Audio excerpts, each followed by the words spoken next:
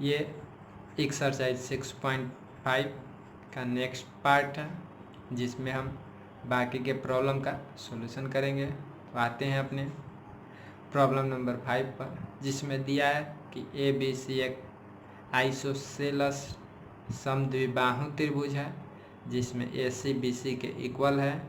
और ये दिया है कि A B square, A B कौन सा होगा, ये ए बी स्क्वायर जो है 2AC स्क्वायर के इक्वल है। तब प्रूव करना है कि जो आपका ट्रायंगल ए बी सी दिया वो राइट एंगल होगा। तो आते हैं अपने सॉल्यूशन पर।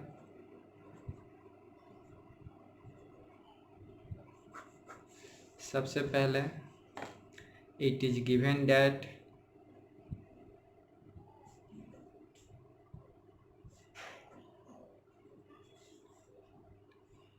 ए B square equal to 2AC square. अब देखिए यहाँ पर क्या करना है, ए बी स्क्वायर और A B square equal to 2AC square है, मतलब 2 बार AC स्क्वायर है। तो इसको AC square plus AC square के फॉर्म में तोड़ देंगे। AC स्क्वायर मिल करके 2AC स्क्वायर होगा। अब या A B square equal to AC square plus AC के जगह पे देखिए यहाँ पर दिया है AC equal to BC, isosceles triangle है, तो यहाँ पे लिखेंगे BC square since AC equal to BC। अब देखिए क्या होगा,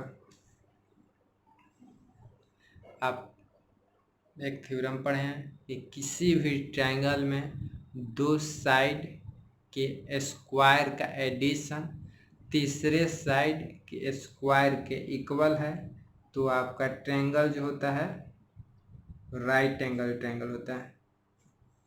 तो यहाँ पर लिखेंगे since this is satisfying by satisfying the Pythagoras theorem,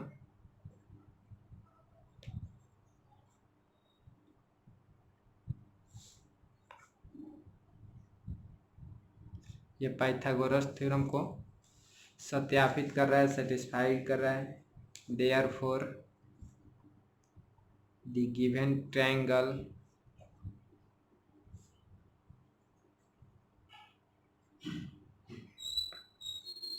ABC is a right angle triangle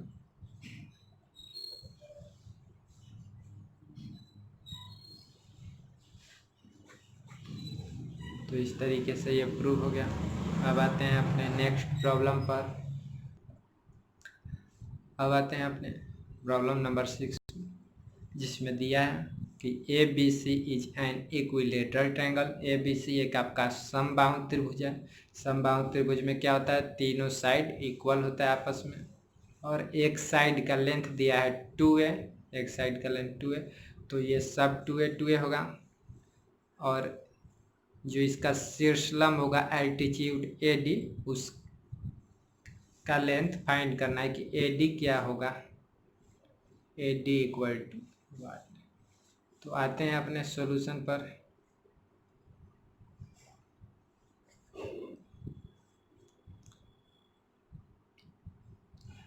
late AD be the altitude, पहले AD एल्टीट्यूड है ये दिखाएंगे इन द गिवन ट्रायंगल। अब AD क्या होगा, दिए हुए ट्रायंगल में आपका एल्टीट्यूड हो गया। अब समबाहु त्रिभुज इक्विलेटरल ट्रायंगल में आपको पता होना चाहिए कि AD क्या होता है, तो अपोजिट साइड को दो बराबर बराबर भागों में बांटता है, बाइसेक्ट करता है। बाइसेक्ट मतलब दो बराबर भागों में बांटना। अगर ये याद नहीं है तब फिर यहाँ पर आपको क्या करना है कि दो ट्रायंगल को सिमिलर दिखाना है। कौन सा, एक ट्रायंगल ये वाला और एक ट्रायंगल ये वाला।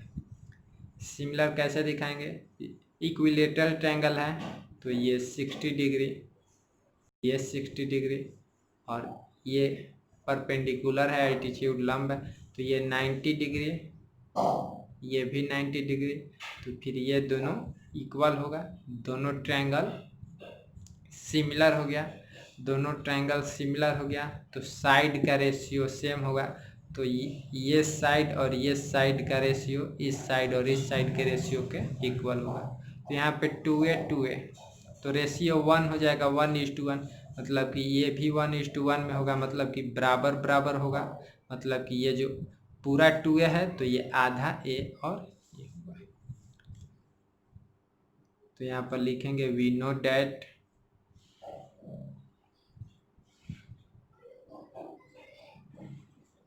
altitude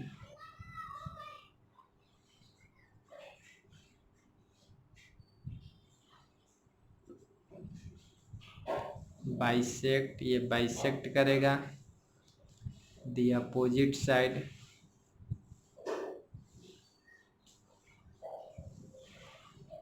तो क्या होगा, B D equal to C D equal to A हो जाएगा। टोटल 2a है तो उसका आधा ए हो जाएगा। अब आपको ए डी बी 90 डिग्री है, परपेंडिकुलर है, इसलिए अप्लाई करेंगे, अप्लाइंग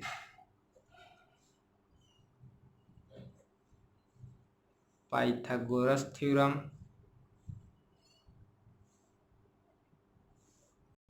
पाइथागोरस थ्योरम अप्लाई करेंगे तो क्या होगा, हाइपोटेनस, हाइपोटेनस कौन सा होता है, 90 डिग्री के सामने वाला एंगल, ये तो ये हो जाएगा A B square equal to A D square plus B T square. अब देखिए आपको ए डी फाइंड करना है, तो ये प्लस में इधर आएगा माइनस में, और A D square equal to A B square minus B T square. ये स्क्वायर है, इधर आएगा स्क्वायर रूट में। सबसे पहले इसका वैल्यू रखते हैं, A D square equal to A B का वैल्यू 2a का होल स्क्वायर तो 4a square minus B D का value A square A equal to 4 minus से 3a स्क्वायर। अब ए डी इक्वल टू क्या होगा, तो √3a square equal to A square का रूट निकल जाएगा a और √3 में ही रहेगा। तो ये आपका ए डी का वैल्यू आ गया a√3। जो यहाँ पर लिख देंगे, therefore the length of altitude will be a√3, या √3 है, आप इसको किसी भी तरीके से लिख सकते हैं। अब आते हैं अपने प्रॉब्लम नंबर 7 पर, जिसमें दिया है कि टू प्रूव डैट, प्रूव करना है, क्या प्रूव करना है कि किसी भी रोम्बस में उसके साइड के स्क्वायर का एडिशन उसके डायगोनल मतलब विकर्ण के स्क्वायर के एडिशन के इक्वल हो। मतलब कि ये साइड आपका हुआ A B plus B C plus C D plus A D का सबका स्क्वायर आपस में एडिशन, और डायगोनल विकर्ण A C A plus B D के स्क्वायर के इक्वल होगा। मतलब इन चारों का एडिशन और इन दोनों का एडिशन इक्वल होगा। दिया है कि ए बी सी डी आपका एक रोम्बस है, समचतुर्भुज है। समचतुर्भुज में क्या होता है, चारों साइड आपका इक्वल होता है। और आपको ये भी पता है कि रोम्बस में दोनों डायगोनल एक दूसरे को बाइसेक्ट करता है, मतलब कि आधा आधा भागेगा, ये ए ओ जितना होगा ओ सी उतना होगा, ओ डी जितना होगा ओ बी उतना ही होगा, और ये राइट एंगल होगा। अब आते हैं अपने सॉल्यूशन पर।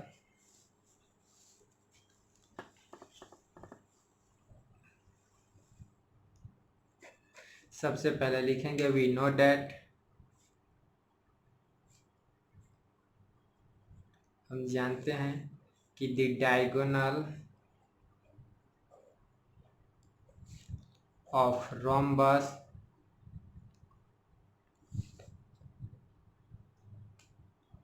is bisect at 90 degree to each other मतलब कि इसके डायगोनल विकर्ण एक दूसरे को 90 डिग्री पर बाइसेक्ट करते हैं, आधे आधे बराबर भागों में बांटते हैं। तब क्या करेंगे, यहाँ पे 4 समकोण त्रिभुज बनेगा, 4 राइट एंगल ट्रायंगल बनेगा। ए ओ बी में ये राइट एंगल, बी ओ सी में ये राइट एंगल, सी ओ डी में ये राइट एंगल, ए ओ डी में ये राइट एंगल है। तो इन ट्रायंगल सबको एक साथ कर देते हैं ताकि छोटा में सॉल्व हो जाए। A O B triangle, B O C triangle, C O D and triangle A O D. चारों ट्रायंगल में हम क्या अप्लाई करेंगे, तो अप्लाई पाइथागोरस थ्योरम।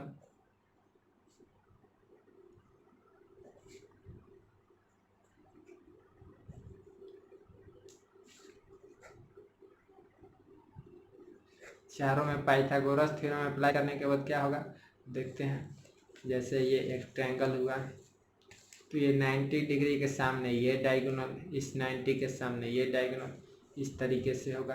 तो ए ओ बी ट्रायंगल में क्या होगा, A B square equal to O A square plus O B square. इसको इक्वेशन 1 लेट किए हैं। अब बी और सी में B C square equal to O C square plus O B square, ये इक्वेशन 2 हुआ। अब सी ओ डी में C D square equal to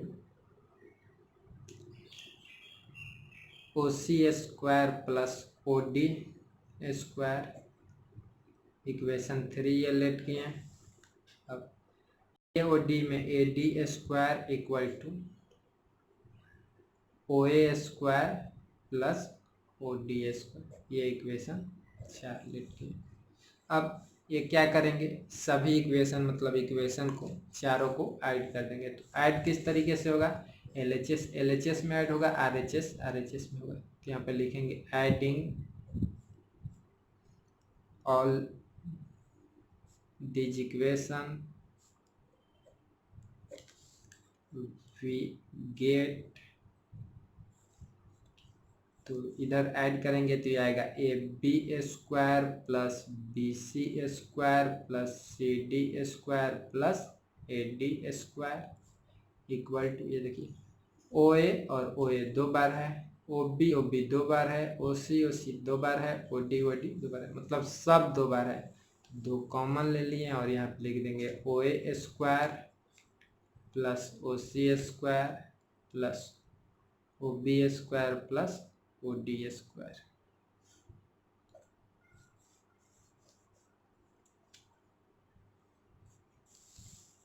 अब ये तो सब यही रहेगा यहाँ पर 2 इक्वल टू, अब देखिए यहाँ पर क्या होगा, ओ ए कौन सा पार्ट हुआ,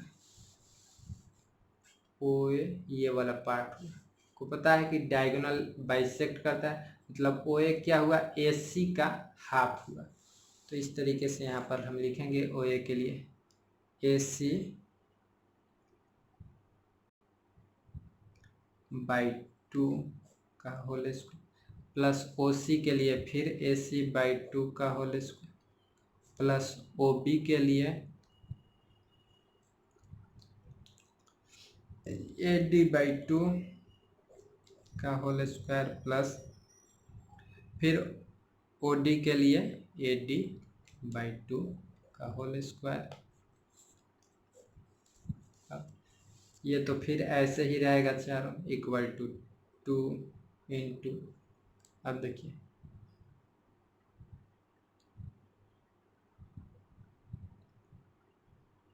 ए सी बाई 2 का होल स्क्वायर। तो यहाँ पर क्या होगा, आपका आएगा, अब यहाँ पर ये A C square by 4 plus A C square by 4, 2 का स्क्वायर 4, 2 का स्क्वायर 4, उसी तरीके से ए D square by 4 plus A D square by 4।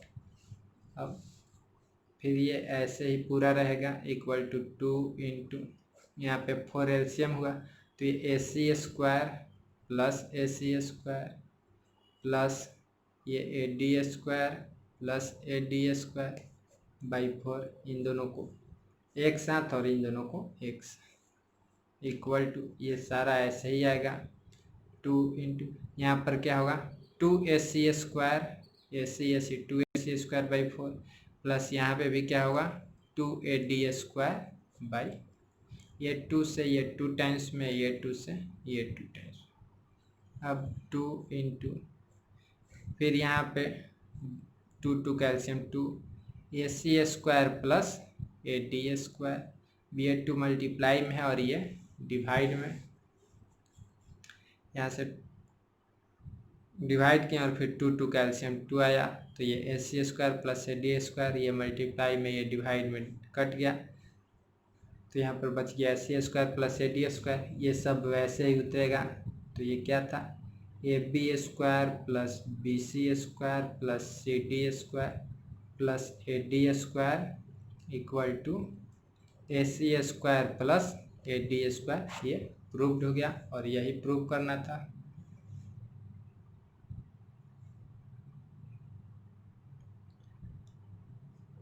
Sorry, यहाँ पर थोड़ा सा ये ऊपर से मिस्टेक हो गया है, ये AD नहीं ये BD होगा, ये भी BD होगा, ये सारा BD आएगा